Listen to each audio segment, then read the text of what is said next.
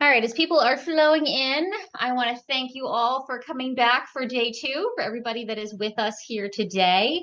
Appreciate your time. We're potentially getting a tornado here in Maryland as it travels across, so weather is going to be a little fun to deal with.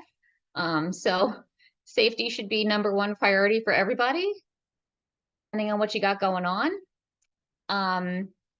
For those people who need the ACV REP credits, today's opening code is FIRE, F-I-R-E, FIRE. And so Becky will put that in the chat for us.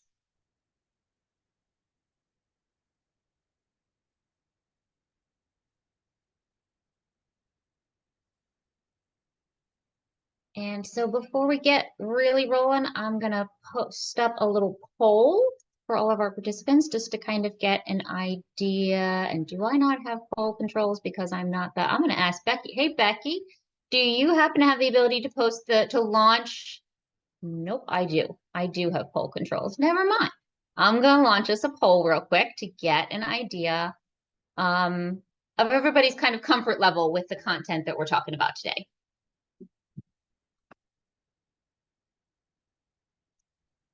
So if you're on and getting settled, if you could please just answer the poll questions. If you are just coming in, I don't know if the poll shows up for people who are just coming into the room. So I can potentially relaunch it if that's really a thing. If people aren't seeing access to the poll, let me know. Okay, we got a little bit of all over the place with everything. It's good.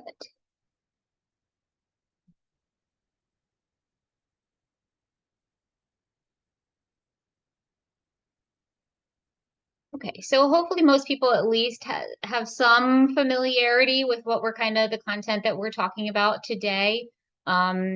For those that don't, I'm going to give you some resources that you can access to gain more information around both of the tools that we're going to talk about today. But today's content is that we're talking about a document that myself and Chris Russell, who was formerly the project coordinator of the the New York Deafblind Project. We developed a document around what we call the alternative and augmentative communication, or AAC, and cortical visual impairment, or CVI for short, matrix, to kind of give an intersection of both of those assessment tools to help design some communication programs for deafblind learners. And so I have to give a shout out to him. He and I created this document together over COVID. We've presented a couple times, both at our Summer Institute for Maryland CBSS project, several CBSS Connections Beyond Sight and Sound. Us. Thank you. Us. Okay. A couple years ago, and we also presented this for Perkins for an online webinar. So those opportunities are out there to go back and look at if anybody is interested. They were more focused kind of on why we created this document and some of the foundational information to take away from this concept. And so today, my hope was to kind of bring this and look at it from more of an implementation perspective of, all right, we've got this document and the information now, what do we do with it?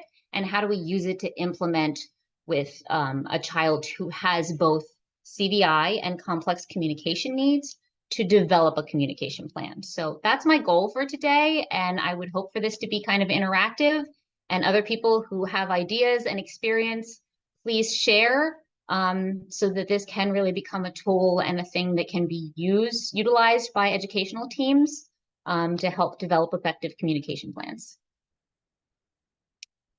And with me today, behind the scenes, I have hopefully my dream team, if they are both on, but Dr. Becky Hammer is with us today, and potentially Dr. Sandy Newcomb.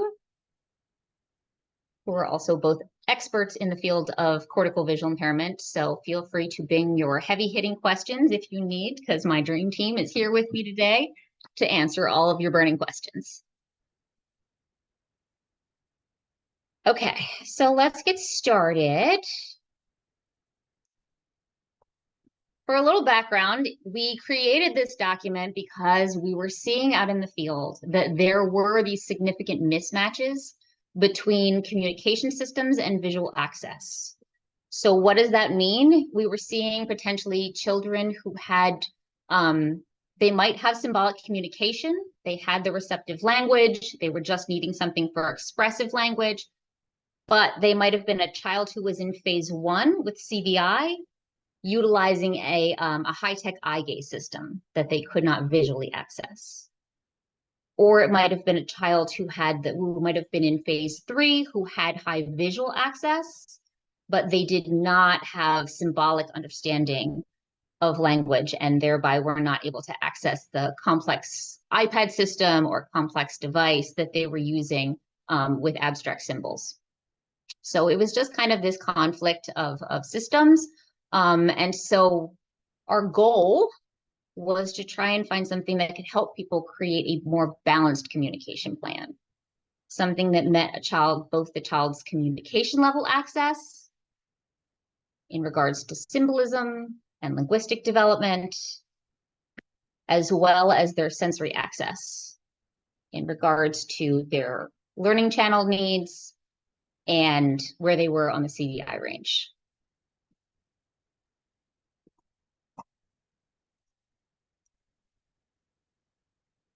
Okay, good in the chat, just checking. So this is something we know, right? We talk very often about presuming competence in our students, that all of our students can and are communicating. It's pretty common overall understanding. We know already that often we might have to interpret the meaning or intent of students' actions to be utilized as communication. We sometimes have to set up the environment to allow them to communicate. Many of our students might have processing delays that require some additional wait time. And multisensory complexity can be significant for kids with complex communication needs, complex motor needs, all of that. This is pretty common knowledge, right? We talk about this all the time. So I kind of want to take this one step further with your brains and say we also should presume potential in our students. And what I mean by that is that a child's current capabilities, what we see in that child when they present at 3, 4, 5 years old at the start of school or at the start of the school year, or when the IEP team convenes to create goals and determine service needs, does not necessarily determine what that child's potential is given the appropriate input and direct instruction. Right? So we need to presume potential in our students and have high expectations and set up design systems and give them the access that they need to meet their potential that we believe that they have. So the other factor is that AAC is not designed to teach receptive language. And so what I mean is for students who are deaf or hard of hearing, who may not have that foundational access to visual language when they start school, if all we start them out with is an AAC device, that's not necessarily designed to teach them all of that foundational, just expository language that children arrive at school with. AAC is often designed to give kids who are experiencing and exposed to language across their day through spoken language, simply a voice, a way to express themselves, a way for them to get out what they're not able to express via spoken language or possibly sign language, right? It's not designed to teach them how to form the English language. So AAC can be very successful in the sense of, one word interactions in I touch I touch the device, I touch a symbol, and I receive that object. Great, we have that interaction and that back and forth for a single word give and take.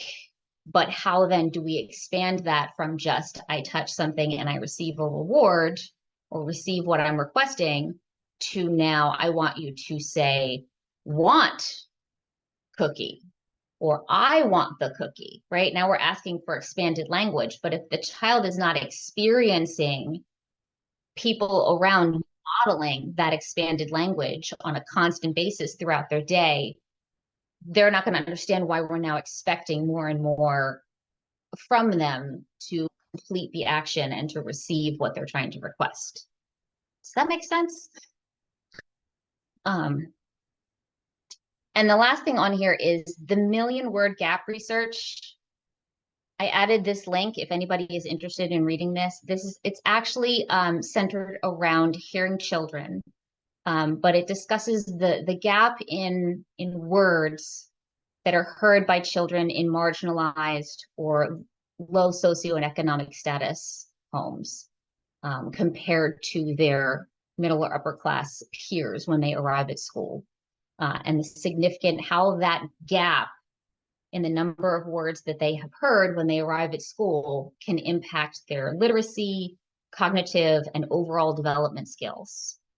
And if we think about that in the fact that that small gap that those children are arriving at school with between what they have heard and what they are going to apply in school, compared to our deaf and hard of hearing children or deaf blind children in what they have missed and are now arriving at school and need to catch up on, that gap has got to be significantly larger.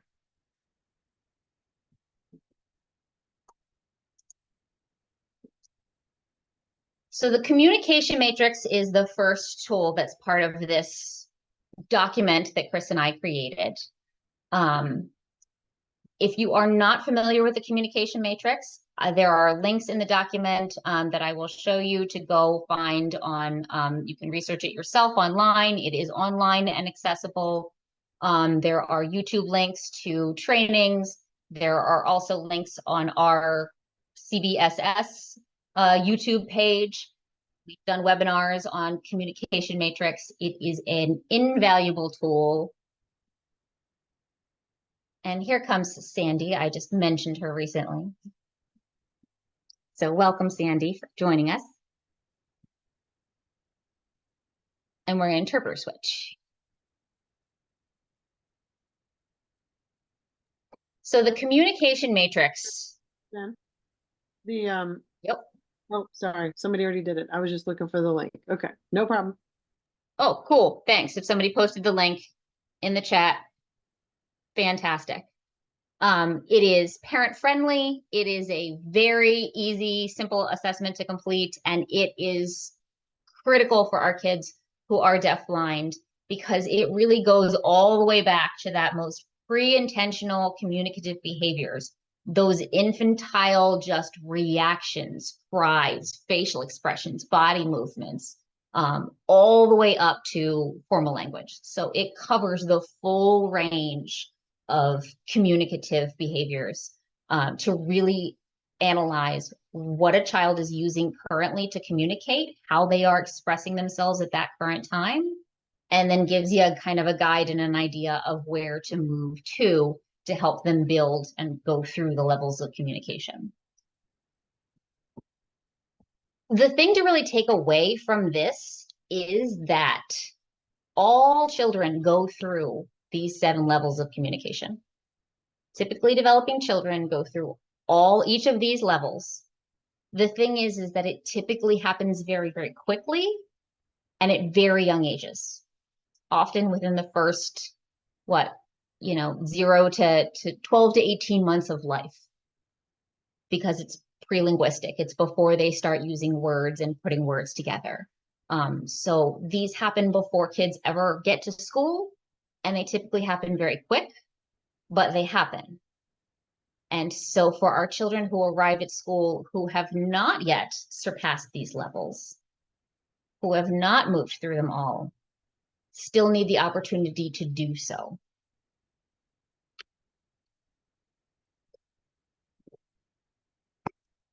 And when we often start creating communication systems when a child arrives at school, we typically start with concrete symbols. It might be switches, that might be tangible symbols, that might be some sort of communication device. And really, those concrete symbols hit at level 5 on the communication matrix. There is all this stuff that happens before kids are able to start using concrete objects or symbolic representation of things to exchange and to communicate with other people. Right? We get a lot of, often kids are coming in using their behaviors. Those intentional behaviors are often where we see kids coming in. They are doing actions simply to meet their needs, right?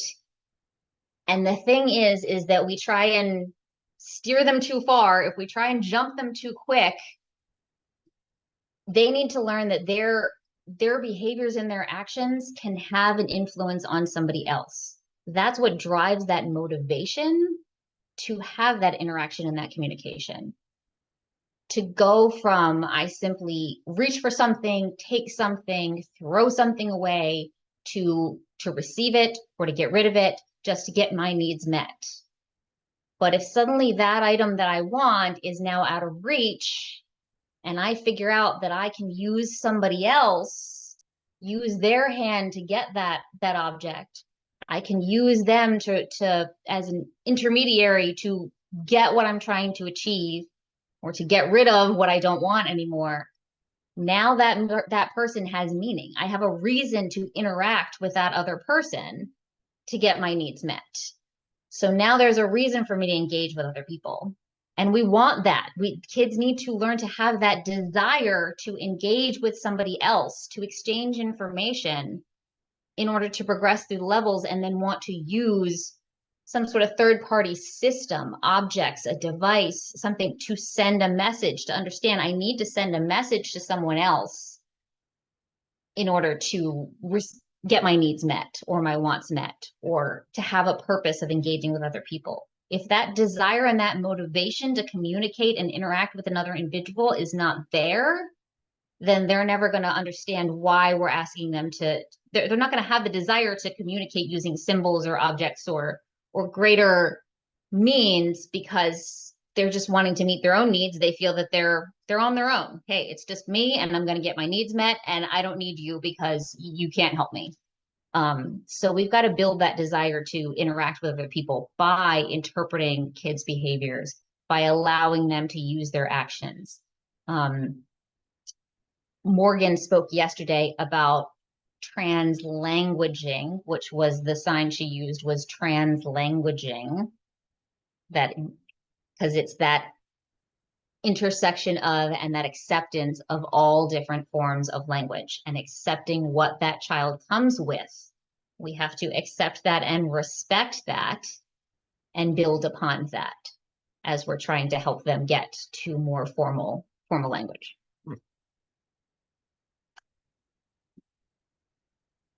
So for anyone who is working with a student who has had a communication matrix completed, this is what you're going to want to look at. This is kind of the result graph that you will receive. If the teacher or the SLP or the team as a whole complete the communication matrix, you get a printout report that kind of lists all of the questions and answers, but it also spits out this very nice, pretty graph that can kind of show scatter skills, can also show you where a child skills that have been surpassed, they're done, we've got that. Skills that have been mastered but are still active, skills that are emerging, and then skills that they don't yet have. So this is a really nice kind of view to see where the child is functioning and where they need to go. And so if we were looking at this, and it's a little small, so it's a vision test for people, but I'm curious if you were looking at this, can anybody determine what level they would say that the child is pretty proficiently communicating at currently?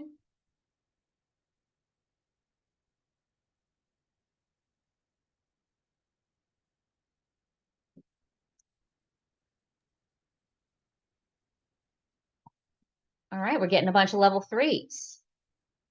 A 2 to 3.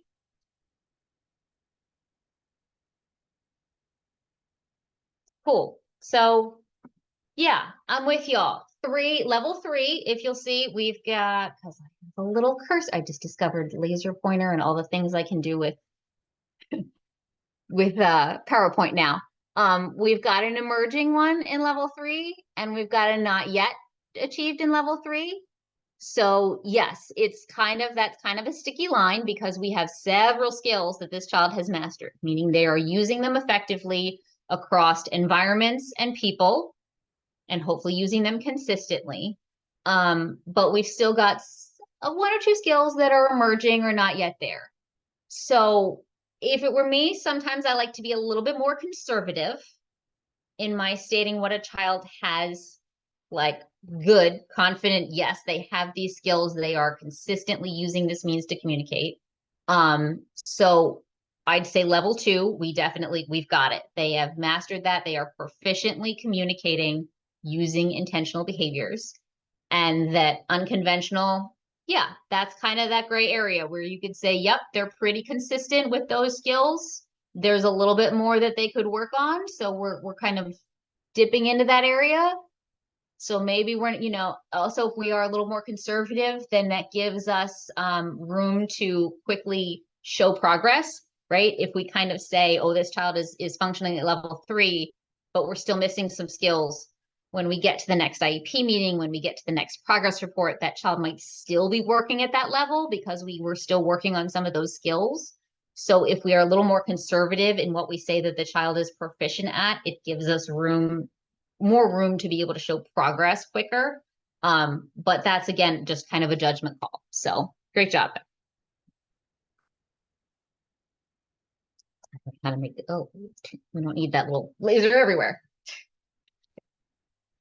Okay, cortical visual impairment.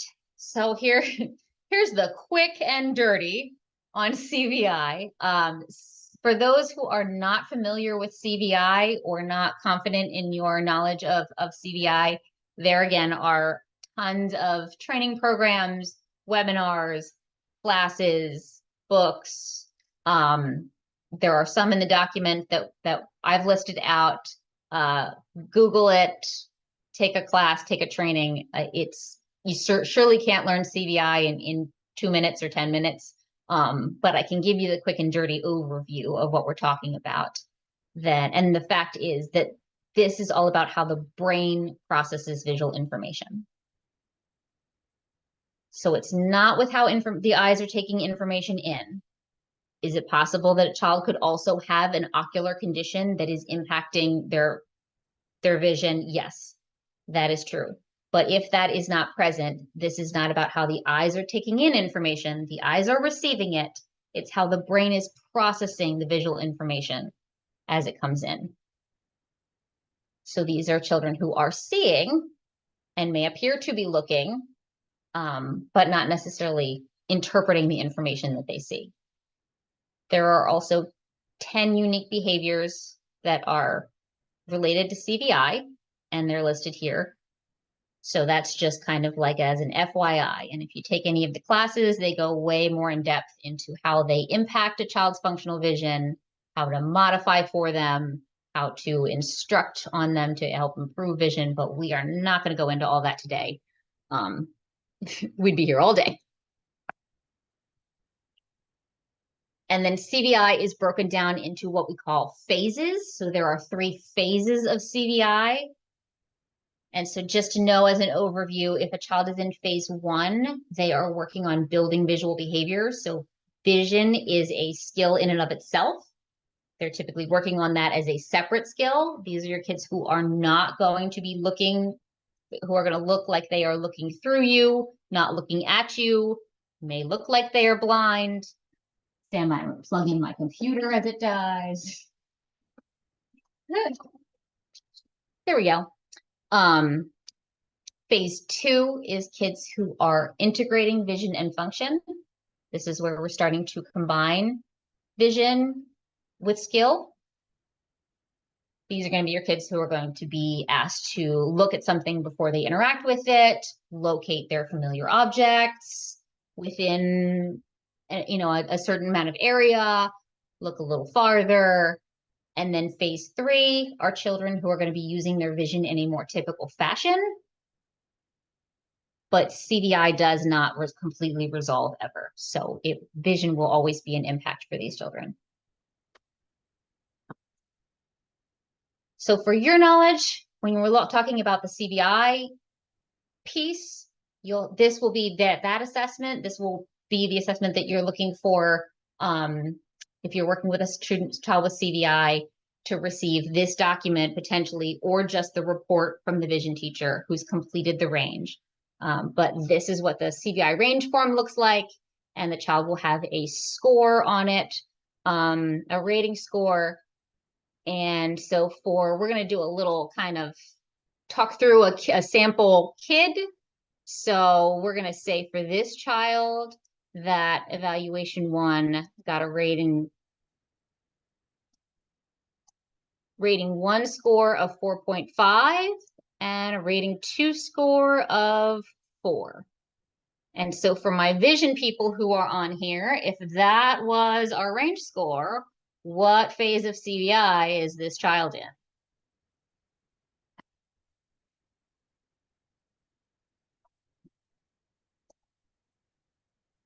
2. Nice. Yes. Ooh, emergent phase 2. Thanks, Becky. Yes, early phase 2 is the thing. So this is a child who is in early phase 2. Keep that in your mind. We will bring that back again. So you would receive something like this. That would determine what phase the child is in, and that's going to help guide your instruction and your modifications.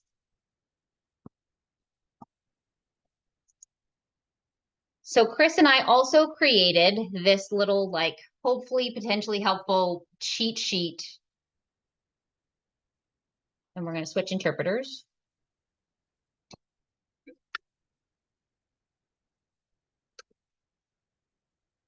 This is like a pre-sheet you guys can use to kind of organize your information that then you will take and apply to the document itself. So this is where you could document the child's CVI range score, their communication matrix score, and then create the intersection of those two to figure out where in the document you're going to want to look for in regards to that student. Zooming in. Let's see. And I can certainly send you links to all of these things so that everybody can, I know we're kind of like rolling through things quick just because of time, but this is all stuff that you could have and then be able to peruse on your own at your own time to be able to look at further and to utilize, hopefully. That's the goal, right? Is for you guys to be able to use this stuff. So it covers CVI information, communication information, and then we intersect the two, which we're going to talk about.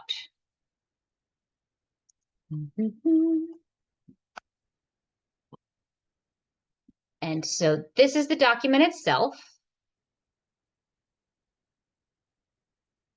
Let's pull it up.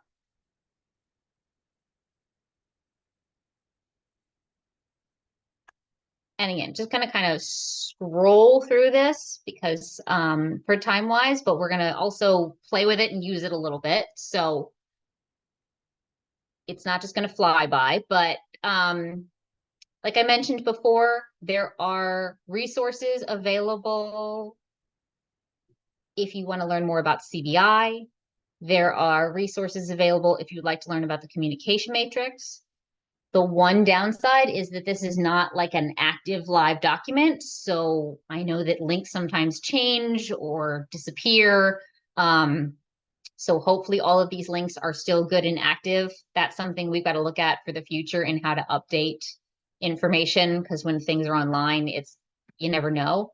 But definitely there are some also low tech things, a book, any of the books by Christine Roman on CVI, as well as webinars on the communication matrix, which I said are on our YouTube page. Definitely, they are still there.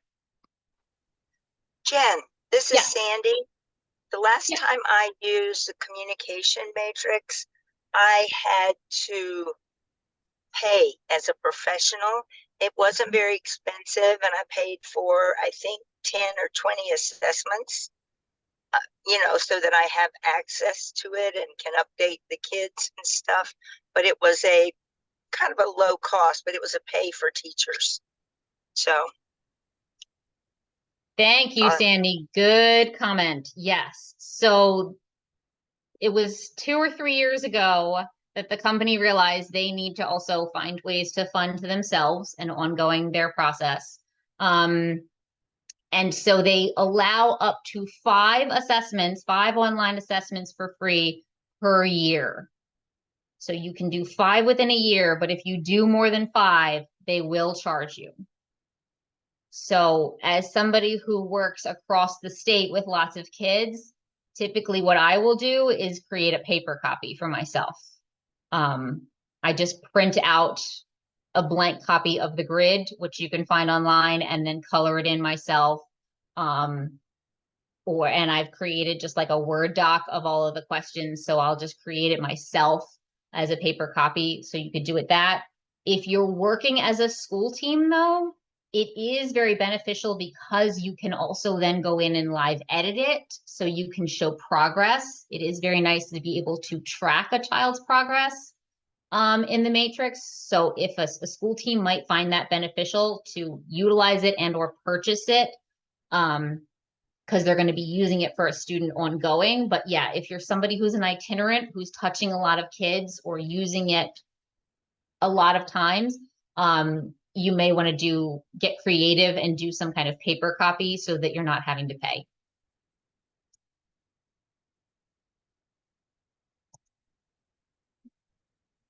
So we go into a little bit of the background information that I've talked about, kind of why we created this document, the goal for it to be able to create something that grows with a child, description of the document. This is all stuff, you can read on your free time at night.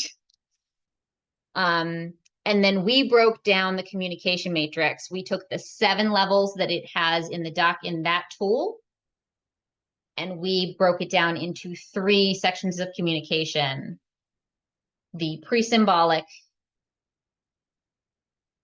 concrete symbolic, and then abstract communicators.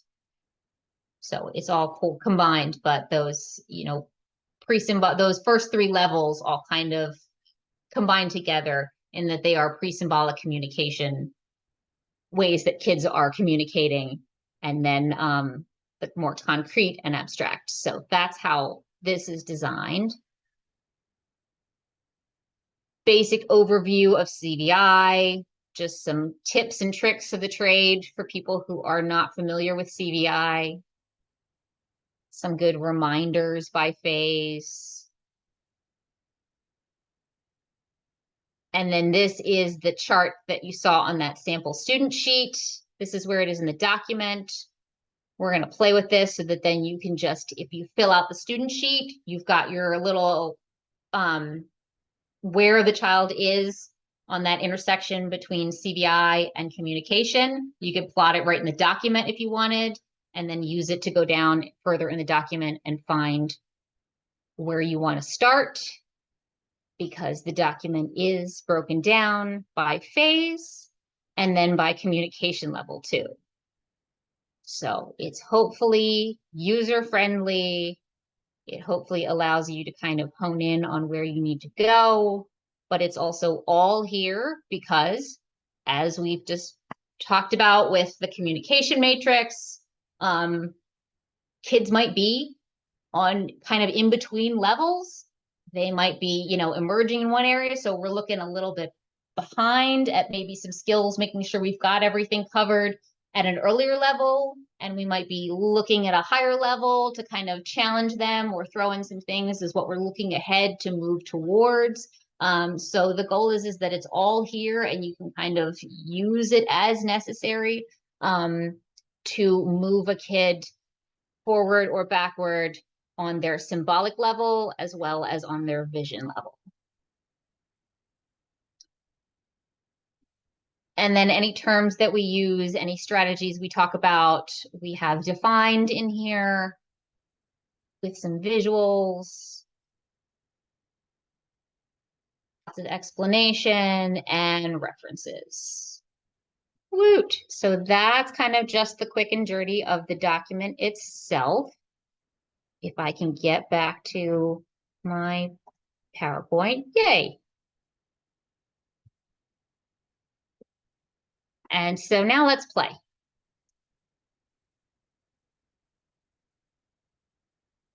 So here's a sample student sheet using, if I can zoom in, using the kid, using a student that had the scores on the communication matrix and the CVI range that we saw previously. So if this was our kind of pretend student that we are working with, I've plotted their CVI range score with the rating 1, rating 2, and we determined they were in phase 2 of CVI. So now my question to you all, because I would love this to be interactive, is that if this is our child, what are, the characteristics that are going to have the most impact on this child's functioning at early phase 2? What are the things that we really kind of want to take into account that are going to be of greatest impact when we're looking at this child's functional vision?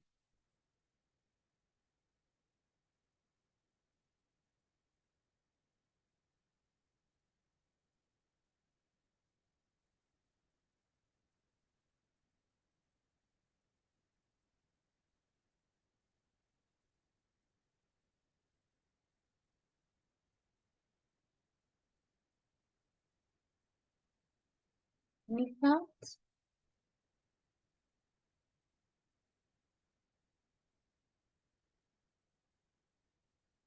Sure. So my question is for a kid in early phase 2, what are the things, what are the characteristics that we think are going to most be an impact on this child at this level? And it's true, it's different for every child, right? So we are just hypothesizing for a made-up child. So every kid is going to be different on what characteristics have the strongest impact for them at that level. But yes, Mary's saying visual clutter is going to be a big one at this stage. So we're talking about, yes, complexity of the environment, right? Looking at the background, if this is a child that's early phase 2, they're going to have difficulty managing a large array of information. That's going to be a good one. Becky says all the characteristics are going to impact. Absolutely. Yep. Latency is a big one. Yep. So we're going to need to add additional wait time, distraction of movement around them, distance. Yes, you guys have got it. Yes. So these are the things that are going to be in the back of our mind that like, these are going to be the big things that we're going to need to take into consideration when we're developing a communication system for a child, is looking at complexity of the array, is looking at latency, is looking at distance, what type of design we're creating. And so then any visual modifications that you guys are thinking of that would be good when we're looking at communication or educational access? There are some right here too.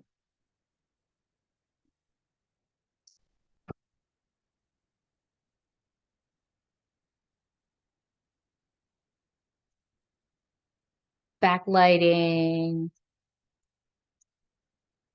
contrast,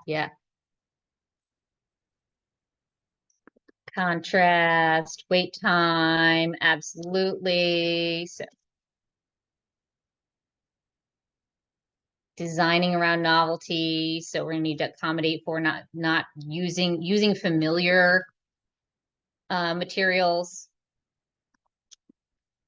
right? To accommodate for novelty, all of these things. Definitely. Yep. So the goal is that you can have this as a team and have these discussions. It's easier, right, when you have a specific child in mind and you've completed the assessment and you can look at what impacts that individual child. Is it, color is a huge need for that child, that they need highlighted, they need to have a color preference, or we need color highlighting. Is it that they, complexity of the environment, that they can't handle a lot of movement around them?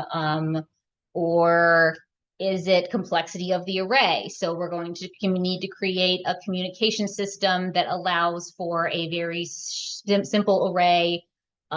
Is it novelty? So we need to be using more concrete objects or 3D objects versus 2D images. All of these things are kind of the conversations that you can start to have around that child's vision needs and how that potentially could impact communication, right? Because the purpose, what we saw before is vision is kind of looking from their lens at communication, and they're looking at vision needs for the child. And then you might have the SLP or the education team looking at communication standpoint. And if those two aren't intersecting, if they can't kind of meet and talk together in what they're designing for the child, that's where we get that kind of mismatch. So we need vision's perspective on, hey, this child is going to need 3D objects. They can't handle 2D images yet. Or this child is going to need photographs as opposed to abstract symbols. That's where that perspective comes in that's needed, because the speech team might not be aware of that, might not understand CVI and have that knowledge of, oh, these are things that are going to impact this child. We need to consider when we're designing a system of AAC for them.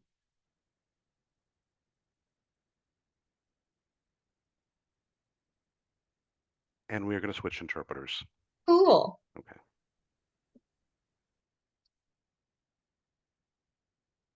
Okay, so then communication matrix. Here's where you can document the child's communication matrix score. And so, yeah, like we talked about, they seem to have they've mastered multiple levels or multiple skills in the intentional behaviors level, and some under unconventional communication, some under that level 3. And then we could also document those that are emerging that we see in level 3 and level 4, right? So this just allows you to kind of graph those skills.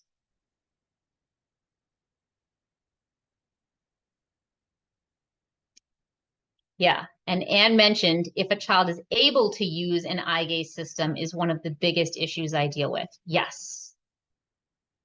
Yes, and especially when we look at kids with motor issues. Oftentimes, if a child has complex motor needs, the quick thing is to go to an eye gaze device because it's believed that that's what they're going to have access to. But if their CVI level does not allow them to visually access the eye gaze device, that's where we start getting a conflict too. Yes, and it becomes very challenging on if they can use an eye gaze device or not.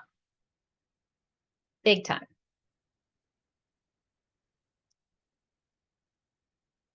So then we can look at this and go, okay, we've got a kid that's in phase 2 CVI.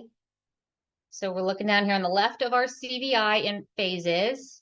And they're still, even if we're looking at whether they're at level 2 or level 3, for how we kind of condensed the levels of the communication matrix for this document, they're still going to be a pre-symbolic communicator, right?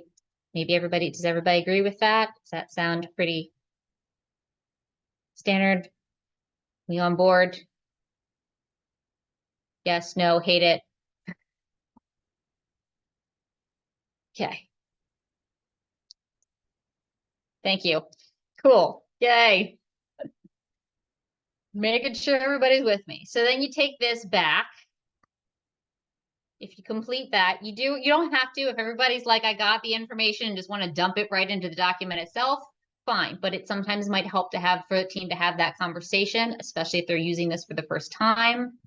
But so then we could take that information back to this chart, which was in the actual document itself, and plot that. There we go. We're going to look at early phase 2 pre-symbolic communicator. So that drops us down. Then we're not going to drop down yet. But let's say, okay, if this is our student that we're talking about, what are some of the challenges that we're going to face when we start to consider AAC or developing a communication system for this child? And they are here for your answers. These are some of them. Please add to them. But yeah, this child is likely not going to be ready for complex 2D symbols on a device or an eye gaze system, right? Because they're in early phase 2. So they're not yet using eye to object contact. So we're not really ready for 2D information yet. We need to look at the fact that any kind of AAC that we are providing needs to be as easy to access for that child to use as the behaviors that they have been using previously to get their message across. Why? Because as we know, when we need something, when we want something, when our sensory system is in overdrive and we just need to express something, we're going to use what is easiest and what is most familiar to us to get that message out, right? We're going to use what we have. And so for that child, it's likely those behaviors that they have used previously to get their message across. Those things that they have done that adults respond to or react to because they've interpreted what the child's behavior means, or potentially for some of our kids, those are those self-injurious behaviors that they might have developed because when a child is exhibiting a self-injurious behavior, what do we all do? We're going to react really quickly. We're going to react because we cannot allow a child to harm themselves. We're going to engage with that child, and we're likely going to try and do something to resolve the situation or to stop them from exhibiting that behavior. And especially initially, that becomes figuring out, I need to figure out what you're trying to meet, and I'm going to try and meet it, right? Are you hungry? Are you tired? What can I give to this child to stop them from harming themselves? And so potentially over time, that becomes learned as, hey, when I do this, people react, right? People react, they give me attention, they engage with me. I might get the buffet of options of rewards or reinforcers that I want. So bam, I'm going to use this because this is what works for me. And it does, because we, of course, cannot allow a child to harm themselves. So we want to shape that behavior into a more appropriate way for that child to get that need met or to earn that reinforcement or whatever they are trying to receive. But we need to create something for them that is as easy for them to use as that behavior they were initially exhibiting. Because if it's not, if I have to hit 4 different buttons on a device or go through, 2 different categories to find the button, to find the word that I want, and this requires too much vision access or symbolic understanding to do so, I'm going to go back to this behavior because this works for me and this is what I know and this is how I can express myself easily. This other option requires way too much thought process, self-regulation, time, all of that to get my message across. I'm not using that. So we need to develop a system that works for the child.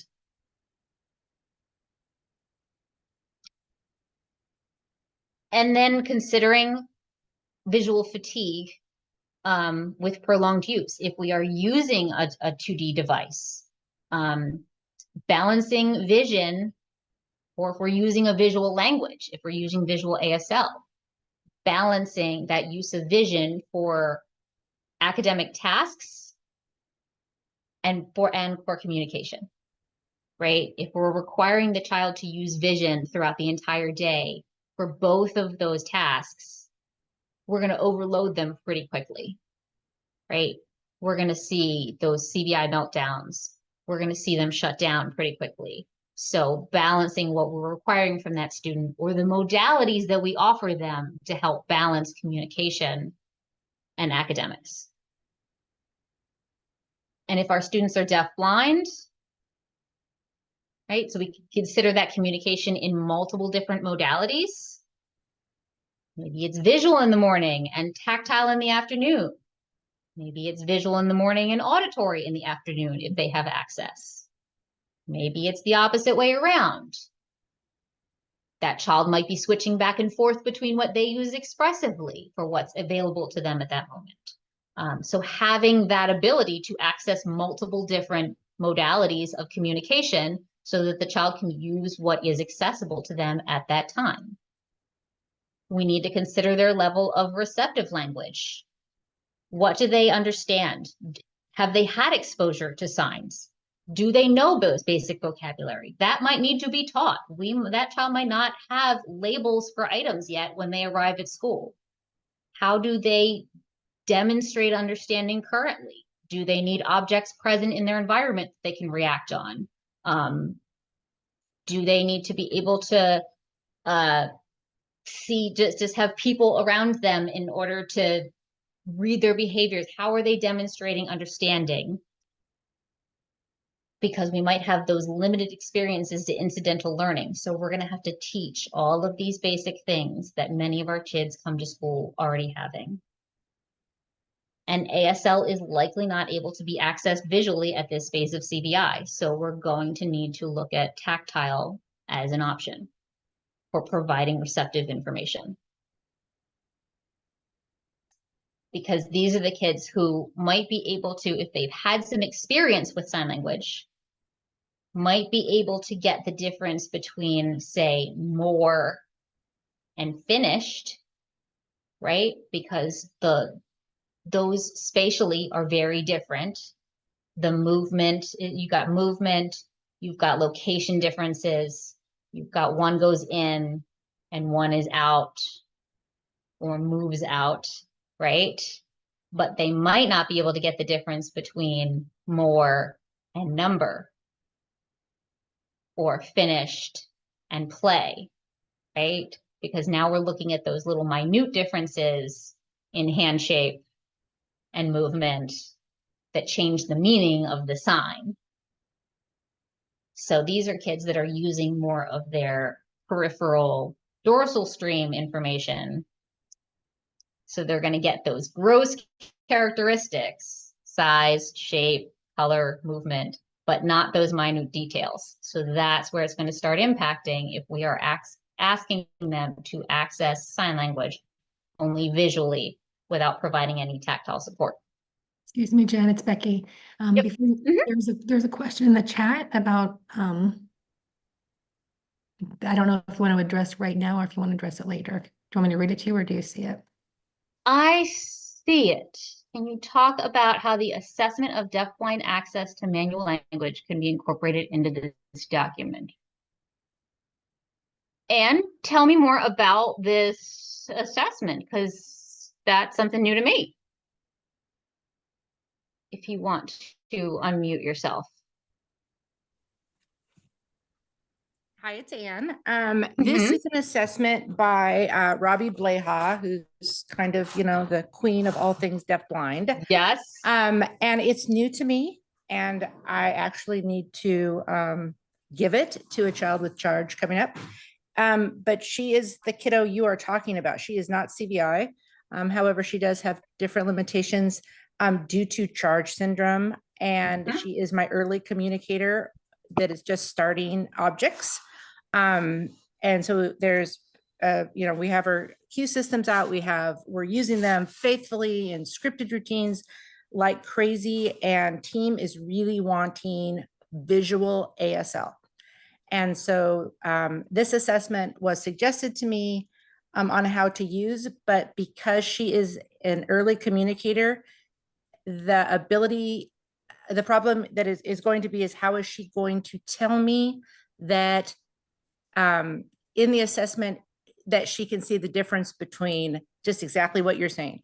Is it these signs that are way up close when she isn't the student yet that can tell me, oh yeah, that's the symbol for this, or show me a sign that I give to her that she can tell me she understands what I'm signing. It's because she's not a signer, right? We are signing in her environment. We're doing some signs with the objects, right? So we want to immerse her in some of that language, but we use tactile sign. They really want ASL, regular ASL in the air. And I'm like, oh, this is going to be really hard to assess. And it's downloadable. It's a great assessment, but she's back too far.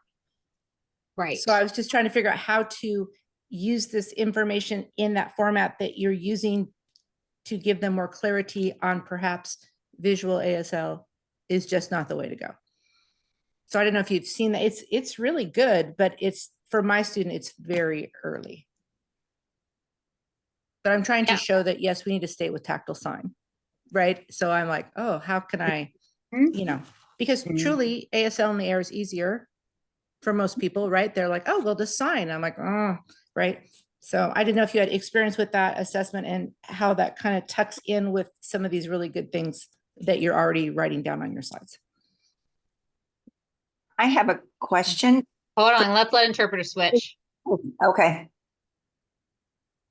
Are we switched? Okay. Go, This is Sandy. Sandy, and my question is, what is her vision like?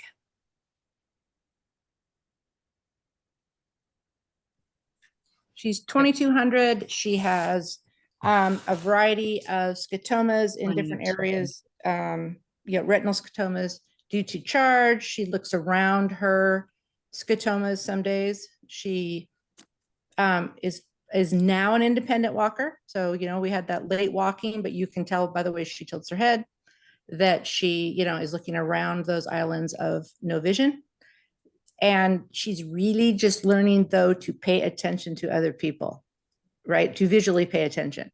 So to go to a manual sign where she has to pay attention to that manual sign is really hard for her. It's that tripod thing with kids with charts, they get their eyes on it, they look, they fixate on it, and then they walk. So it's kind of that same, if she is trying to get her vision on someone, she has to stabilize her head and put her head in the right position, to see it. And then, for a nonverbal kiddo who is just learning to use objects, trying to assess whether manual sign language she can see. I mean, I could assess in a functional vision movement, but I can't assess inner detail of sign based on her ability to respond. So with 2200, I would think inner detail would be lost.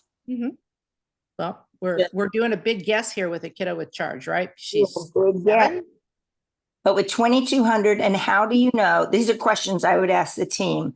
How do you know that you're not signing, like part of your sign is not also in signing into her blind spots, and so she's only getting them partially? Absolutely, my questions. I'm just wondering how to throw these, if that test had been, if Jennifer had any experience with that assessment, kind of where it would tuck in with what she's already saying, because the things that Jennifer is talking about in here, those are things we keep saying as the vision people, going, whoa, well, like she may get those signs that move, parts of them. May not. But it's like, oh, that inner detail of what we're doing where we know she can feel the tactile sign at least. So I just know I'm supposed to be giving this assessment, and I'm like, should be interesting, because I'm not going to be able, I will be interpreting everything, right? Which won't give us a good assessment for, does this child visually see manual sign? Yeah. I'm looking for the golden answer. So I'm hoping Jennifer has it for me. She's laughing. I know how this, yeah, I know how this is, but I'm just like, oh my gosh. This is all the good stuff we keep saying. I just had wondered if you had experience with that assessment where some of that information, it's like, well, this is why we're not getting this information. She isn't able to respond in a way that would tell, that already tucked in somewhere pretty. So I'm very excited that you mentioned this because now I am surely going to go back and do some research on this assessment and figure out how we can connect this in and align this in, because that's huge. And of course, we all know there is no magical golden answer for anything. Wish I had it, but you're already saying it, right? It's what we know, in that we can't rely on something that we can't guarantee that the child can access. So we have to go back to or determine what we can rely on. It's the same as a child with a cochlear implant. The device is on their head, but we can't, if that child is not demonstrating to us actively that they are receiving and interpreting the auditory information going through that cochlear implant and giving us recognition that they are receiving it and in understanding it, we can't use that as a reliable means for inputting information, communication, education, all of those things.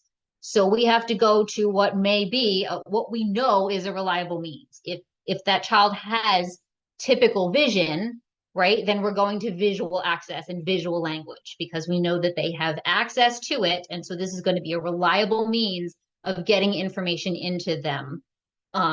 But if we don't have that vision piece, if we don't have clear understanding that that child is visually receiving and interpreting the information, then we need to move to the tactile modality, right? That's the only thing you've got. You know that that child has tactile access.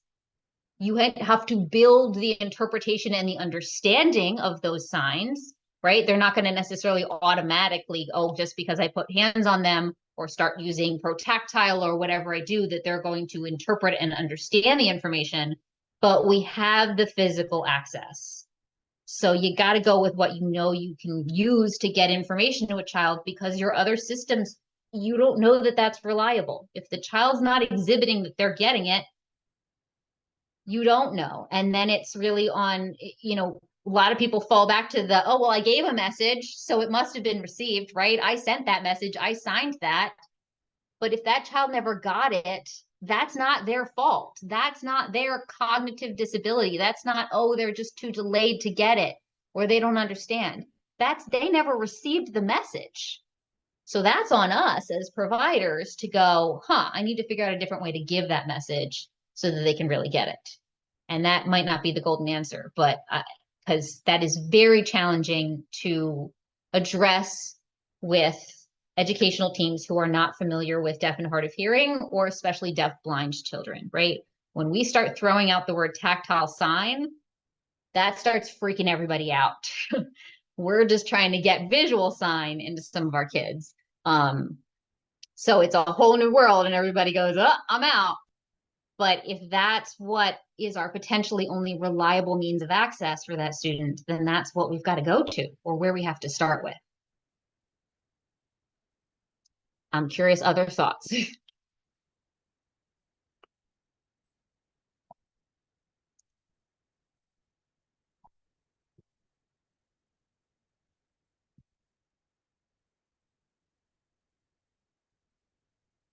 All right, so we'll keep discussing on this. If other people have thoughts or ideas too, feel free to jump in, because, right, we are a team here and we are working interactively to try and figure out how to navigate these very uncertain waters sometimes, working with these kids with challenging needs. So I very much appreciate everybody else's input, because I'm learning alongside you guys. So if we considered the child that we were talking about before, who was a pre-symbolic communicator in phase 2. So we would look at early phase 2. We would go to the early phase 2 page, because every page is separated by visual phase and then level of symbolism. So this kid we were talking about was an early phase 2 pre-symbolic communicator.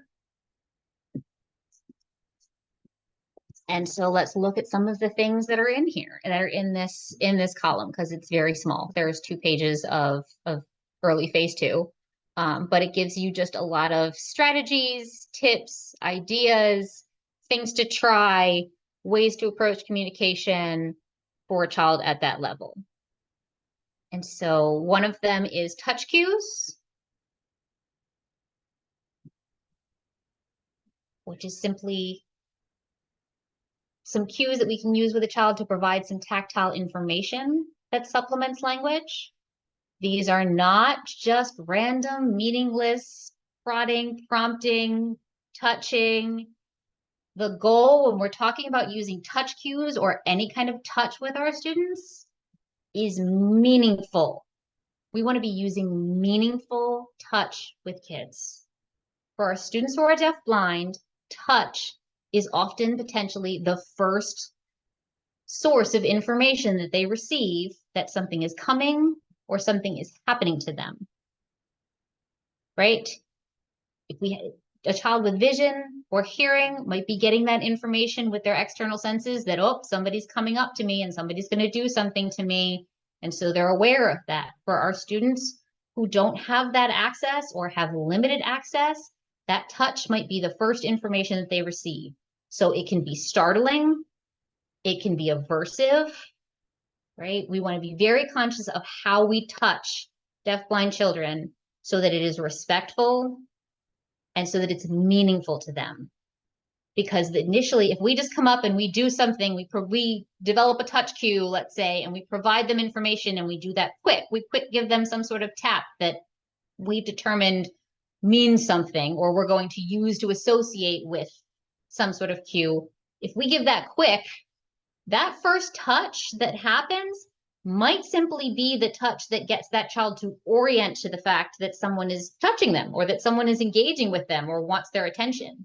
So if we do something quick once and then go away, that kid might have just gone, oh, somebody's telling me something, and they need it again to actually then receive the information for what was trying to be told to them. So sometimes things need to be repeated, making sure you have the child engaged with you, but meaningful touch when we work with kids. And these are just some examples of some touch cues that could be used. Teams can develop a set of touch cues that they use consistently with a child to provide information. These are not like, Well, this is Sandy again. I'll shut up after a while. But one of the things, I know you have to repeat them. One of the things that you have to also watch out for is if they've got, any hearing at all, we're going to give them the auditory, but you might need to sequence that. They can take it in auditory plus touch and repeat it, but don't do the 2 at the same time. That's all. thank you. I love you. Jump in anytime and help with that, because yes, definitely. As we talked about, sensory overload is always potentially a thing.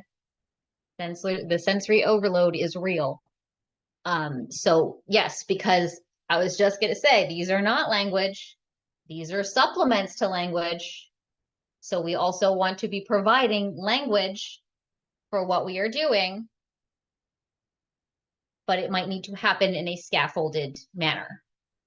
We might be using the touch cue just to give the child the information and the warning that something's going to happen. And then we're providing also the auditory and or the visual or tactile sign information of what's going to happen. These can also just be used, though, as a way to inform a child that you're going to do something to their body or invade their space, right? Just letting a child know that something is coming before it actually comes at them. You can also use touch cues in that manner. Name cues are very similar. hopefully this is common knowledge for most people on here. If you're working with children who are deafblind, just having some sort of concrete way to represent yourself. It can be an external object, like this little spiky rubber bracelet is mine that I use with kids. It's not only nice as a way to identify myself, but also a way, it's a conversation piece. It's a way that if I come into a classroom and I'm introducing myself to the student at the same time that a teacher or someone else is talking to me or filling me in on what's been going on, while I'm having a conversation with that adult, I'm still engaging with that child because they're having that time to feel that bracelet, to process the information, to recognize that it's me that's there with them. And then by the time that they process that information, then I'm available and ready to interact with them further. So definitely name cues are a big thing. For some parents, it could be the way that they touch the child, the way that they routinely interact with the child. I know some dads often like to use a beard or facial hair, but then hopefully they don't ever shave it. So distinct features can be something that a person uses because it's always with them. But then if they change that feature, then that could be challenging. So things to think about. And we should pair it. It should always be paired, though, with the individual's name. This bracelet is not just me. I also have a name sign and a spoken name that I will use depending on what the child has access to, because the hope is that they can eventually, we want our kids to be able to ask for the adults in their life. And so they might, if there's a duplicate object that they can use to ask for that person, great. But we'd also like to hopefully build them to abstract language that they can use to request the people in their world. But we have to give that to them and model that for them to later be able to use it. And so, ooh, good. Interpreter switch.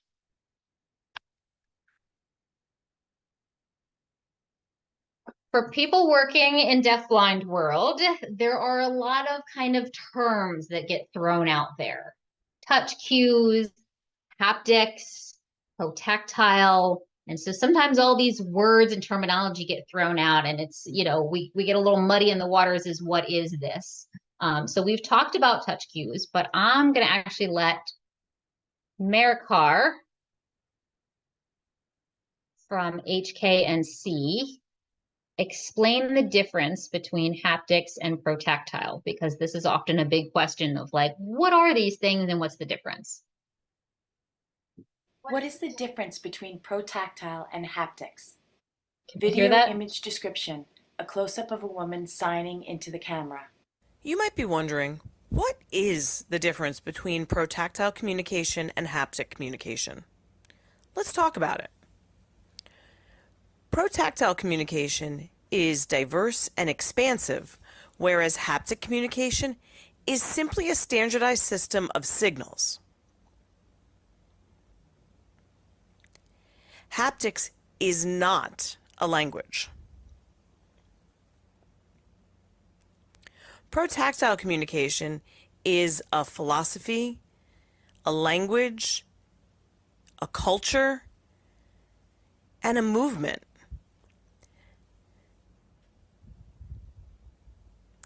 It is intended to promote equality and access for individuals who are deafblind and was created by deafblind people.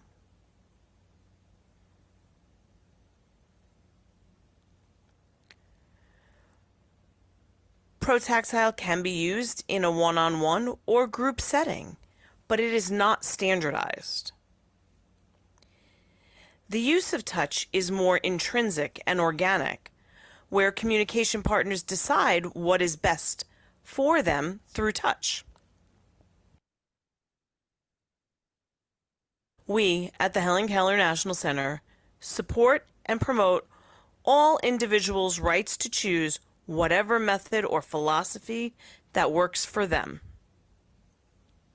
For more information about the protactile movement, please visit www.protactile.org.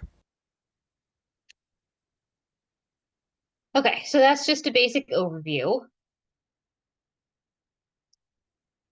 And I kind of wanted to just have everybody watch that. So just to keep in the back of your mind and be careful when we're writing IEP goals, when we are talking about communication systems, when we're talking about what a child's going to learn or what a child uses, that we're clear in what terminology is being used and what is meant. There are not a lot of people out there who are proficient in protactile language or protactile interpreters. So before we start throwing those terms out there, that's what a child is using, or that's what we're going to teach to a child, just being aware of the terminology that we're choosing and how it's being applied.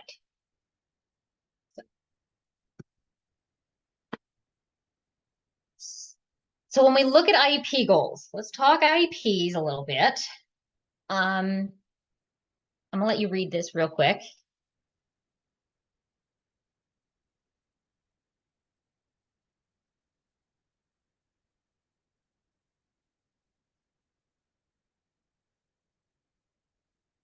It's a good goal, right? Yeah. In the chat, Ashley says the differences between haptics and protactile make sense, but are the terms touch cues and haptics used interchangeably? Or are there important distinctions between the two? There are important distinctions. Good question, Ashley. So haptics is a standardized set of, I believe it is like 26 different cues. So it is a standardized set. You can go on, there's an app you can learn, there's a class you can take. You can learn those haptic signals that are used with deafblind individuals. Those are set. There are deafblind interpreters that will use haptics and haptic information with deafblind individuals. Touch cues are not a standardized thing.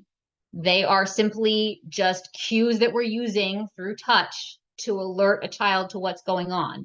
They are something that a team could create in and of themselves of, okay, we're all going to use a push on the child's shoulder to cue them we want them to sit down type of thing, right? It's not a standardized set. So those are the distinct differences. Touch cues are very kind of like used in the moment, used as a modified or adapted system. Haptics is a standardized system of cues, but it's not language.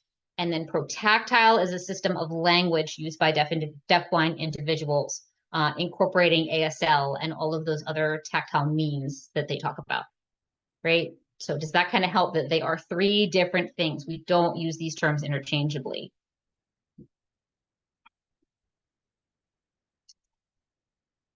It's also a very, very good question or topic to bring up this afternoon when we see Susie Morrow from the New York Deafblind Project. She is also a deafblind interpreter and works with deafblind adults. So she is an avid expert in the area of protactile and deafblind communication. So she's also a great one for these questions,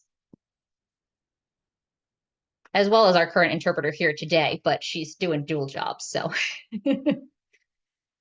so if we look at an IEP goal like this would be a great communication goal that a teacher or an SLP might write for a student for developing communication. The thing we got to think about, though, is that if this is a child with CVI, sometimes a goal that's focusing on one area, like communication or literacy, might actually be a vision goal. Because if this student is early phase 2 CVI, they might not be able to utilize eye gaze or utilize visually guided reach, or we've got to look at the objects that we're using that we want the child to recognize, because do they meet that child's CVI needs? Can that child handle a visual field of 3, right? These are all the vision aspects that we have to take into account when we look at an IEP goal and how it's written, right? So when we think we're assessing one thing, we might actually be assessing something else that's going to impact that a child's ability to respond accurately for what we are trying to assess.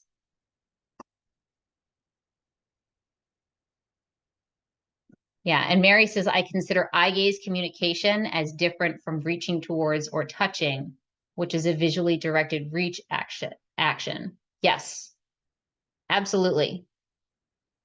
Eye gaze communication is definitely different. But it's considered in that it's that whole eye to object contact thing. I mean, and yes, a child might be able to utilize just eye gaze, right? If we're asking for vision separately from vision and action, absolutely, those are two separate things.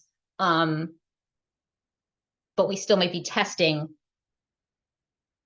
Or you say, I'm curious, Mary, if you want to expand on what you're saying too.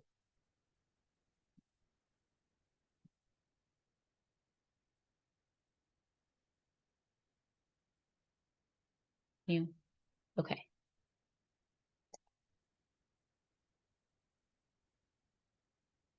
Did Mary Catherine want to speak more about?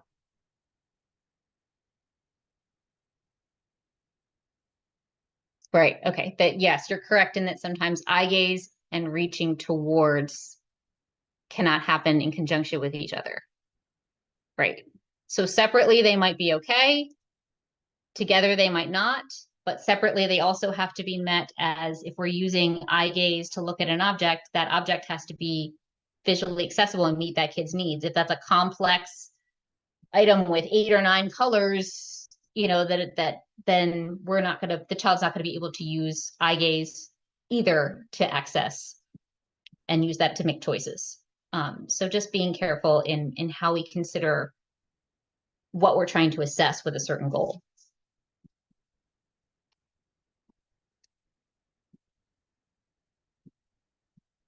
And we don't need to get into each goal that I've got up here for time wise, but I will happily share out this PowerPoint. The goal was for this to be useful and helpful for teams to implement and use in a meaningful manner when developing IEPs, when developing communication systems. So I threw in some potential IEP goals just to give some teams some ideas, because the goal is integration, right? Integrating this into the child's daily routine.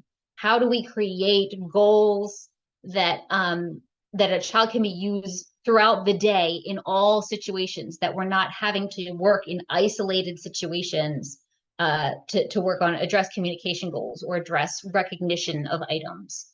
So this was a goal that was pretty nicely written in that we want this child who is an early phase 2 pre-symbolic communicator to use both her hands and eyes to explore objects, right? Because we're hoping in a year that this child is both going to develop their tactile discrimination and exploration skills as well as their functional vision skills.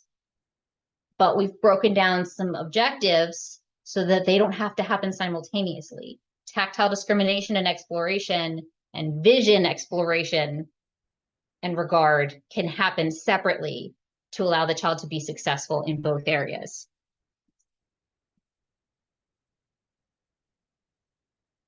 Yeah, and Mary says, love appropriately supported physical position. Yes, I didn't in everything is get right in all of the givens, but yes, given all of the things, we need all of those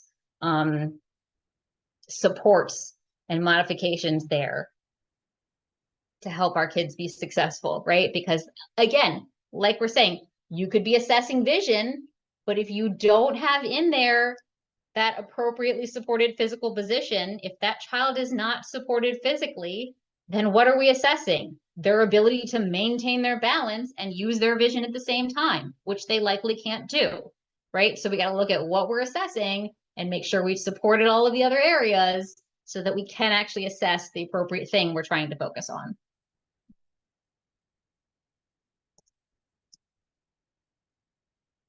Here was another one just around touch cues, because sometimes it's challenging to kind of, okay, this is great, we want to use this, but now how do we incorporate it into the child's day? How do we write an IEP around it? So just a possible goal for people to use as an idea of ways to incorporate touch cues.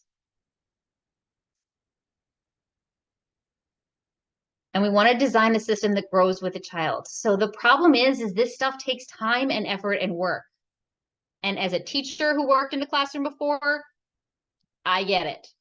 That doesn't exist oftentimes. The time to design something and purchase materials and build something.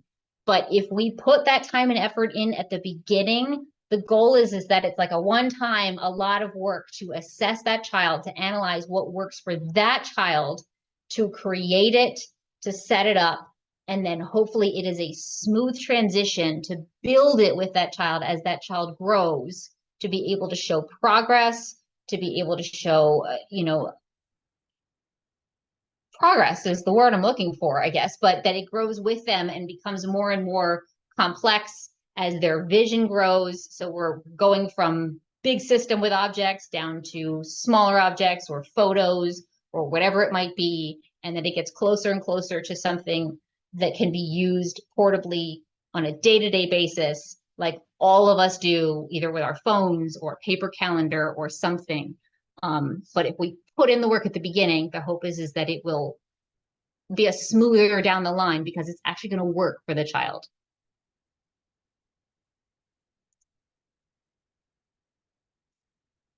And I thought this was a pretty powerful quote.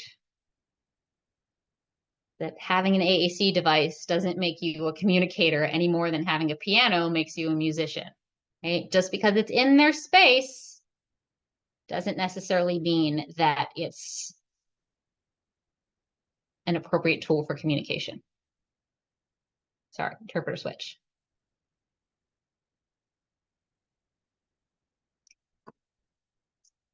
And the big thing that we're going to talk about a little bit more here, hopefully as time runs out, is consider the load on working memory. And I'm going to talk about that more, but this is a big thing.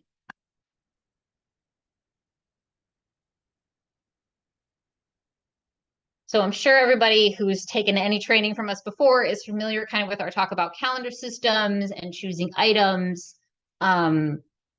One of the big things that we always talk about is no miniatures. And why I say that is because for a kid with CVI, typically it's that they do not have the visual ability to take in a large object in its entirety. For example, like a bus. So if a child is not able to visually access a bus in its entirety, if we take that and we break it down into a little tiny bus, it's not going to allow them then to suddenly be able to recognize that visually in its entirety, even though it's in its entirety, right? Because they can't get the actual thing is not what they see and interpret in their mind. So if we just make it small, we can't apply that to that miniature. So that's often why we say no miniatures. I guess that's the really quick 2-second version of that talk. But I did recently see, and I'm curious your thoughts because Becky and I have recently been chatting about this as well. And this is a shout out to one of the paraeducators at the Maryland School for the Blind who created this miniature recently for a student with CVI of their favorite sensory ball. And I thought it was pretty darn good.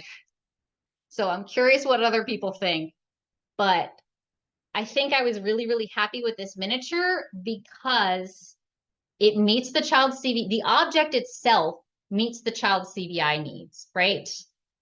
It's simplistic in color. It's only 2 colors. It's very bright contrast.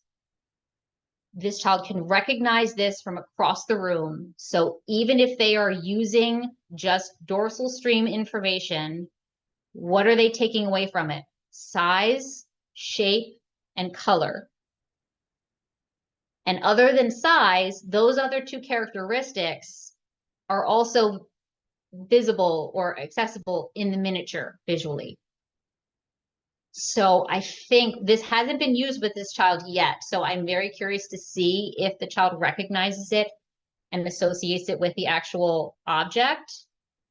There will be follow-up on that, hopefully. But I thought for that reason, if they could get the salient characteristics of the actual object are present in the miniature, we might be good, right? And I'm curious what other people think on that one. Jen, you have a hand raised. Okay. Olivia, go ahead. Hi, Jen, this is Olivia. I just had a question for your like school bus example. What would be like an accommodation that you would recommend? Because I definitely see that, a lot of providers want to step in and support and, provide those things that the students might not have access to. So what would be your recommendation? I think like my first thought would be the material, like a seatbelt material to recognize with getting on and off the bus. But if you're looking at like a whole picture instead of a miniature, what would be your recommendation to provide for that student? So you're right on the ball. It depends on the symbolic level of your child, of the student that you're working with. If they are at the object level, then yes, we are looking at what is that child's experience with being on the bus, right? And it's likely not just seeing a big image of a bus. Could be the seatbelt, right? So it could be a seatbelt for that child because it's something that they experience. We can not only click the seatbelt, they experience that clicking of the seatbelt when we get on the bus. We can also practice that with the object if you can get a seatbelt. For kids that are in wheelchairs, often I've used, the clips on their harness when they on their wheelchair sometimes is a great indicator because some kids only wear their harness when they get on and off the bus. Those can actually be created really easily from dog collars. Surprisingly, it's that same kind of clip. If you go to the dollar store and you get a dog collar and you cut it on either end, that clip is very similar to what is on wheelchair harnesses. So that might be what the child experiences with getting on the bus. So it's really what they experience. Maybe it's a toy or an object that they only travel with back and forth to and from school. So they come in with it in the morning, we take it off of their chair, or we put it in the finished box when they arrive. And at the end of the day, they get that object back and it rides home with them. It's really about what that child's experience is with the bus. Thank you. And that goes, and that goes for the majority of things in their day. It's seeing it from that kid's perspective. What are they getting out of this experience?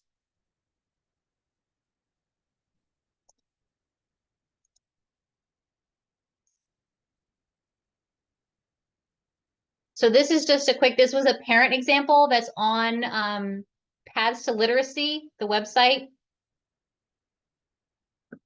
It was just kind of a nice parent example of how they went from objects to tangible symbols to photos and then to a more expanded calendar system. Right, so we're just talking about something that hopefully we kind of design once and then it builds with the child and then can be used interchangeably too, right? Because kind of like the same when we're talking about modality access, some kids might be able to use photos when we're good and we're regulated or we're in a familiar environment, but when we're out in an overstimulated public place or unfamiliar, we might need to go back to objects because we don't have the visual access at that time for photos or, so it might need to be an interchangeable system.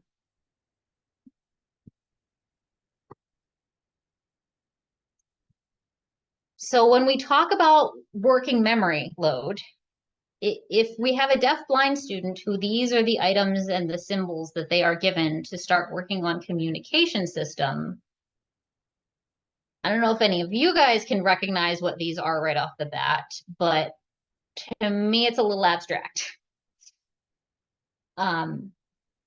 So for our deaf-blind children, these are a standardized system from APH. Many of us are familiar with. They are pre-made, they're perfect, you implement them, and they work really well for children who are blind or low vision, who already have a receptive foundation of language, and they need to just use them for expressive purposes, right?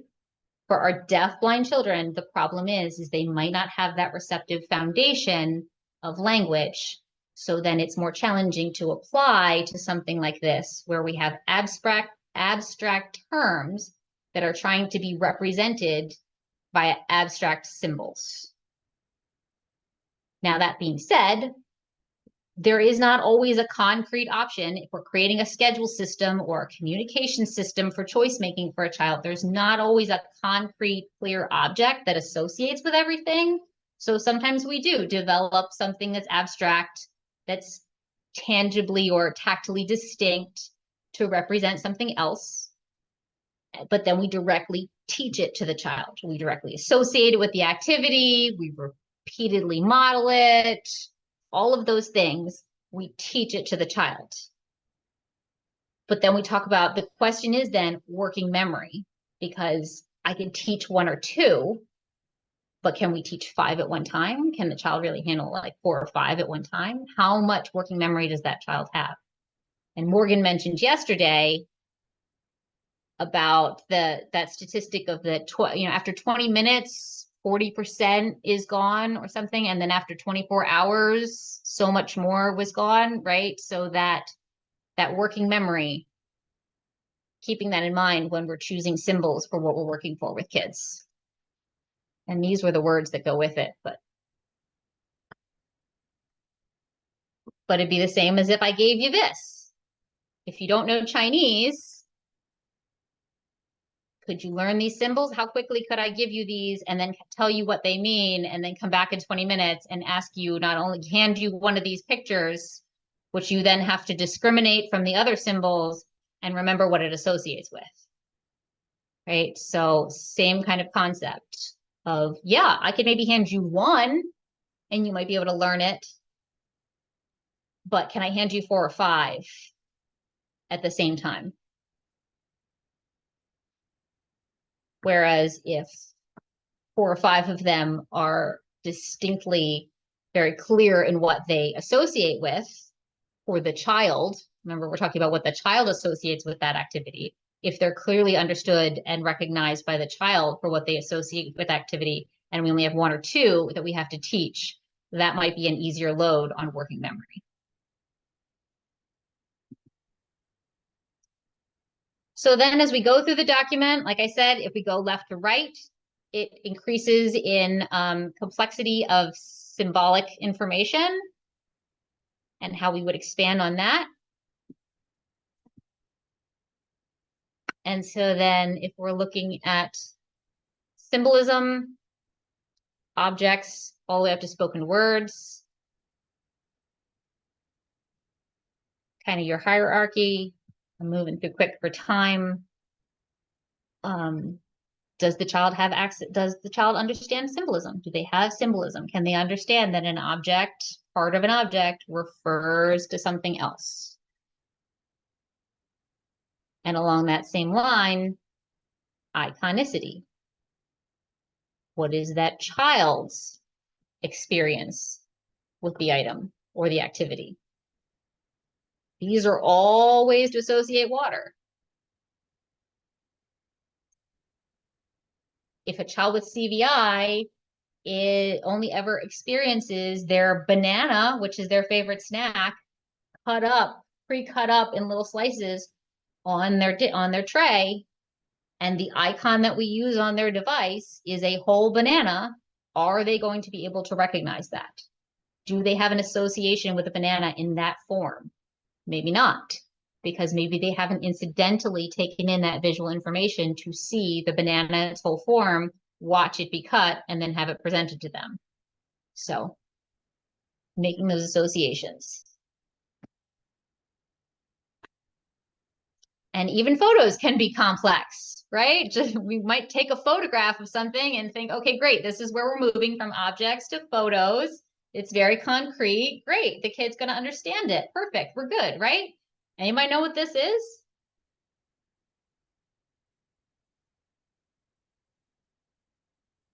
And while you're thinking, I will tell you for time-wise, this is actually a giant spider, which you probably got the spider, right, from the salient features of the legs. This is a spider eating a giant cockroach. Apparently, this is something that happens in Hawaii. So, not being from there, and not seeing this when I was there the one time, this was new information to me. So I had trouble with this photo, kind of figuring out what this was because I did not have the prior experience with it. So even though we make something concrete and very visually accessible, what we would hope, can it be interpreted? Maybe not. So along the same lines, if we're adding in abstract symbols, all of the prior information, prior knowledge, things that we have to bring to the table to apply to that image to be able to interpret it, right? And signs are a 3D language. So when we put them into 2D form, they are challenging for adults with typical vision to interpret what that means and how the movement is and what the sign is. When we're asking kids to do that who don't have any prior experience to applying those skills of abstract images, it's even more challenging.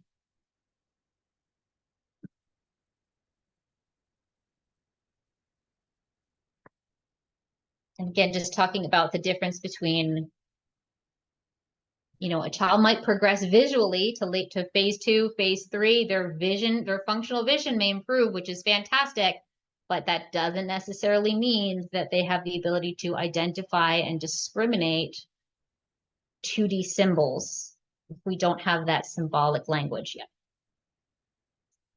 And this really hits with our children who are deaf-blind, who might be missing a lot of that foundational language that their hearing peers have already arrived at school with. One of the big questions we get a lot of the time is kids with complex motor challenges, because, right, what do we do with these kids if they don't have the ability to start touching and accessing a device because of motor challenges? Eye gaze, right? It's like, okay, well, we got to use their vision. We need to give them an eye gaze device. But then if they can't visually access the eye gaze device, well, what do we do? And so I'm these sorry, were just, was that eye gaze for the, okay, yes, all right, eye eye gaze, got it, gaze. thank you. Yes, for the look. Yep. So these are just some basic ideas of other modifications you could do for kids with complex motor challenges. And I wrote 2 kids as thoughts for myself, but quickly we worked with a little guy who was very, very medically involved, had very little control over his own movements. And so simply got him on in a supported position with one of those lighted, you know, those lighted waterfalls that you have in a sensory room, or that lighted curtain. People have probably seen those. They're oftentimes in sensory rooms. Put him there, added some movement. He really enjoyed this. You know, we actually had him on some sort of thing you could roll. We could rock. So we created movement by rocking him on a mat.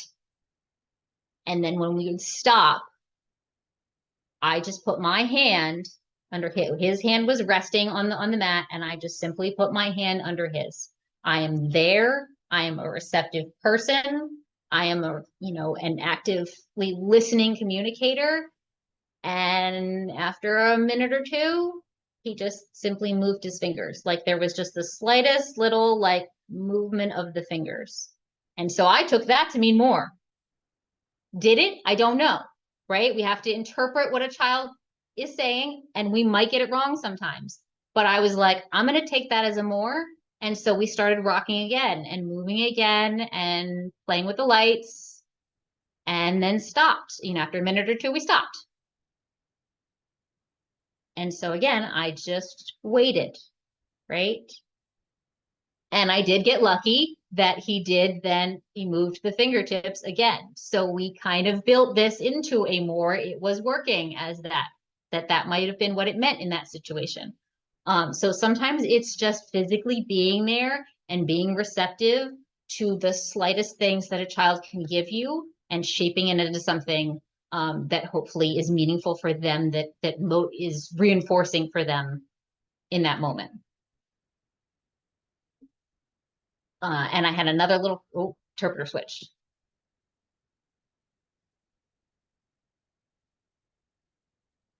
And I had another little guy who had auditory access. So he had really good receptive language by that means. But mom would give him 2 fists. She would offer him choices. Do you want this? And she would touch him on one side with the one fist, or do you want this? And touch it, give him a tactile cue on the other side with that prompt, and then stand there with the fists.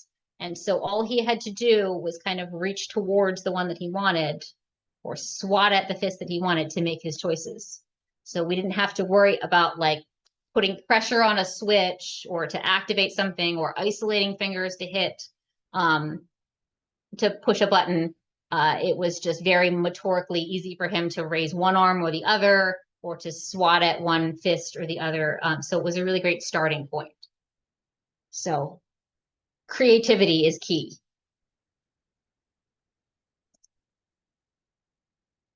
Again, just another possible IEP goal for you all to use as just ideas of how to integrate a schedule system, integrating recognition of the objects that you're using, which is often a really great communication or literacy goal, into a child's everyday routine so that it's all embedded. That's our goal, is integration and embedded, so we're not having to work on these skills in isolation, because then hopefully it's meaningful and motivating to the child to do. I'm gonna skip that for time-wise. And then again, like I said, it's broken down by phase 2 and phase 3. As we go down, each page is broken down visually. Considerations for high tech. These are just like things to keep your brain working.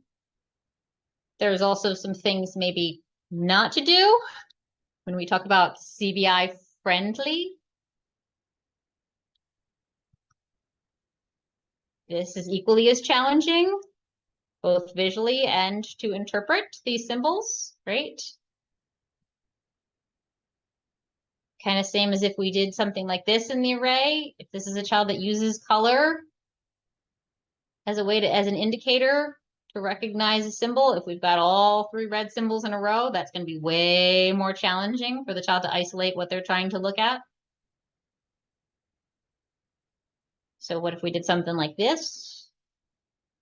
But if we're going to choose abstract symbols like this, just to make them visually distinct, why not use the words with some color highlighting, right? Because if the child's using color as the anchor to recognize and identify them, we could always use, then why not let's get them started on the words.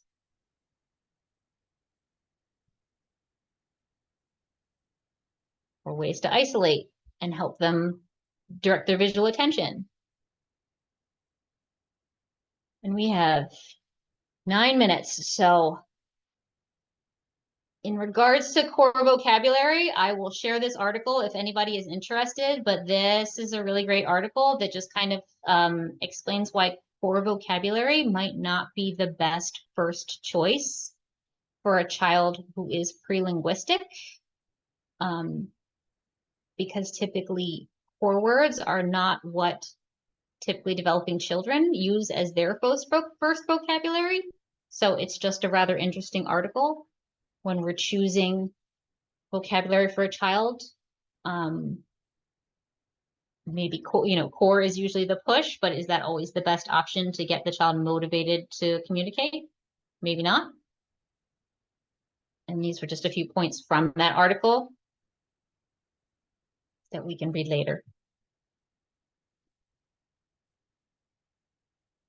So the big emphasis that we've been talking about all morning is that no matter what the child is using expressively, we still need to provide receptive language access. And your only options for language access are spoken language or sign language. And we can present that either visually or tactily. Those are our language options, right? So when we're determining a communication system for a child, we still need to determine what language are we giving them that's accessible? How are they getting access to the language of instruction in the classroom? To the language that's going to be that we're trying to build for them, right? We need that exposure to access. If we wait until they are ready for language, we might miss that window. That window might be gone. So all of the things we've been talking about today, touch cues, objects, symbols, photos, all the things, they're not language. They are supports. They're visual or tangible supports to help associate meaning with abstract words, right? They are to help bridge that connection between concrete to abstract. So when we're providing all of these tools and supports, we still want them to be used in conjunction with language. They don't replace language. They need to be used in conjunction with language, because the goal is, if we're presuming potential, we're so assuming that this child will eventually be able to use abstract language. We are simply giving them some supports to help bridge their learning from the concrete to the abstract.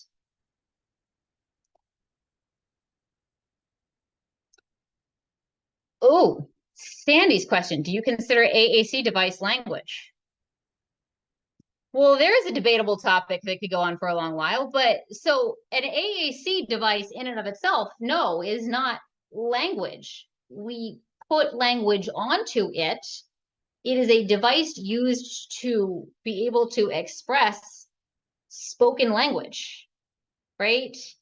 It's a means by which to express language, but it in and of itself is not language. A language has to be programmed into it. Right? Are that what you getting at, Sandy? Yeah, my point was that at the very beginning, the AAC device might give you two messages. You might have more all done, right? And it might be, so that's not really language. Even with AAC, if we have kids that don't have the motor skills to be signers and don't have the ability to use their voice for speech, our goal is still aiming toward a very robust language system where they are able to communicate all kinds of functions. Syntax is present when a kid can do, a 3-word sentence on their device. That's language, right? And so we have to think that at the beginning, it isn't necessarily, but again, we're building towards a robust language system when we start using it. We're just not throwing pictures at them for just to do nothing but make requests. Thank you. Thank you. Thank you. Yeah. Yes, that.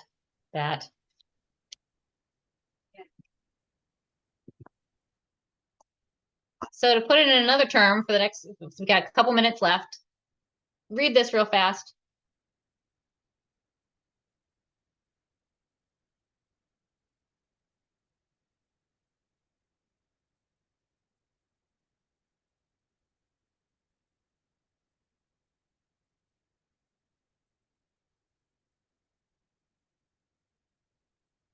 Even if you've just gotten through the first couple sentences, does anybody know what a thurboflyer is? Can anybody tell me what a thurboflyer is? Can you build a vision in your mind? Can you explain it? Probably not. Why? Because you have no prior experience with these terms. Mary says, nope. Yeah, you have no prior experience with these terms. You have nothing to refer back to help you associate with these abstract terms to make it meaningful to you. Now, what if I did this?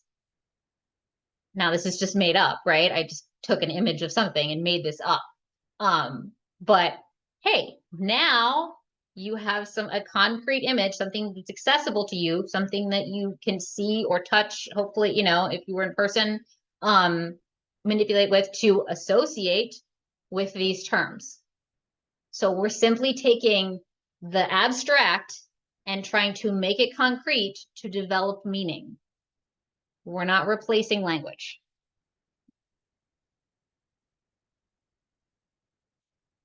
Modifications to sign. This is again a whole other presentation, talk, discussion about making ASL and CVI. That I'm trying to do some more research on, and I hopefully everybody in the field is, because yes, trying to the need to modify ASL, visual ASL might not be is not accessible for kids at all phases of CVI.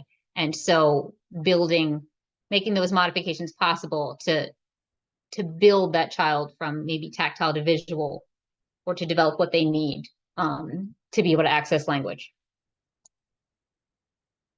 Yay. And then these were just some tips for progressing through the levels to help people go, the goal is progression. We're giving you the supports to help progress through the levels, both communicatively, along with symbolism, and then visually, from phase 1 or wherever they start to phase 3. This is the likes and dislikes inventory. You can find this on the Washington State Deafblind Project website if you're interested. But what we talked about, motivation. What works for a child to help them want to communicate, want to direct a message at someone else, to start that engagement so we can build from there. If we don't have that desire or that motivation to communicate, what are we communicating for? Yay.